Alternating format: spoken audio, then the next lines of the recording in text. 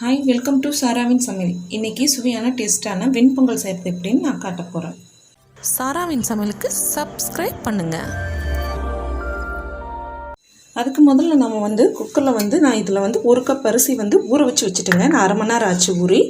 அது கூட 1 கப் அரிசிக்கு அரை கப் பாசிப்பருப்பு நான் சேர்த்துக்கிறேன். இது ஊற வைக்க வேண்டாம். அரிசி ஊறினதுக்கப்புறம் தண்ணியில் போட்டு கழிஞ்சா போதும். இப்போது இதை அரிசியும் பருப்பையும் நல்லா கழிஞ்சு எடுத்துக்கோங்க.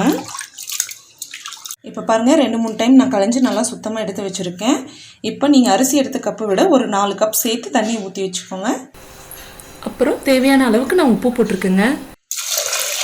அப்போ தான் நம்மளுக்கு பொங்கல் நல்லா குழஞ்சி வரும். இப்போ நான் தண்ணி ஊற்றிட்டேன். இப்போ கேரட் போட்டு நம்ம அடுப்பில் வச்சிடலாம்.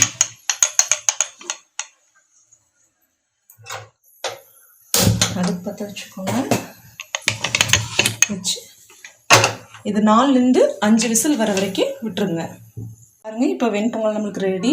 5 விசில் விட்டு நான் விசில் அடங்கினோன்னே இப்போ இறக்கி வச்சுருக்கேன். இப்போ ஓப்பன் பண்ணி பார்க்கலாம். பாருங்கள், நல்லா நம்மளுக்கு வெந்து வந்திருக்கு. பாருங்கள் எவ்வளோ குழஞ்சிருக்குன்னு பாருங்கள். இந்த அளவுக்கு வேக வச்சு எடுத்துருக்குங்க. இப்போது இதுக்கு தாளித்து கொடுக்க தேவையான பொருட்கள் பார்க்கலாம். இப்போது அரிசி பருப்பு நல்லா வெந்து வந்துருச்சுங்க. இப்போ அதுக்கு தாளித்து ஊற்றுறதுக்கு தேவையான பொருட்கள்: முந்திரி ஒரு நான் 10 எடுத்துருக்கேங்க. ஜீரகம், கருகாப்பிள்ளை, பச்சை மிளகாய், மிளகு. ஒரு சின்ன கடாய் ஒன்று எடுத்து வச்சுக்கோங்க.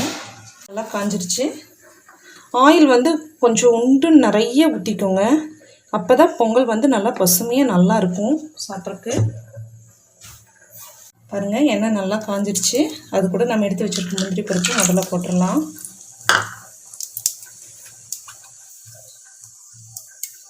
ஒரு பொன்னிற கலரில் பொரிஞ்சு வரட்டும்.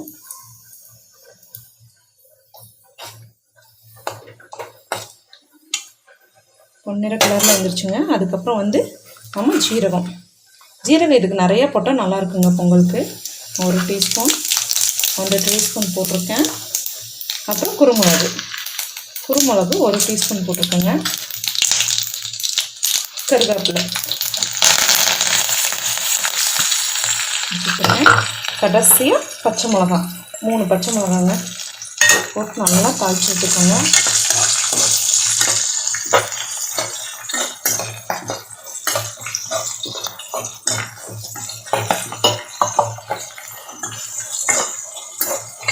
எண்ணெயில் நல்லா எல்லாம் வணங்கிடுச்சு. இப்போ அப்படியே எடுத்து பொங்கலில் கொட்டிடலாம்.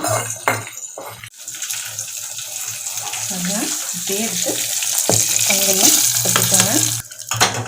கொட்டி நல்லா கிளறி விட்டுக்கோங்க.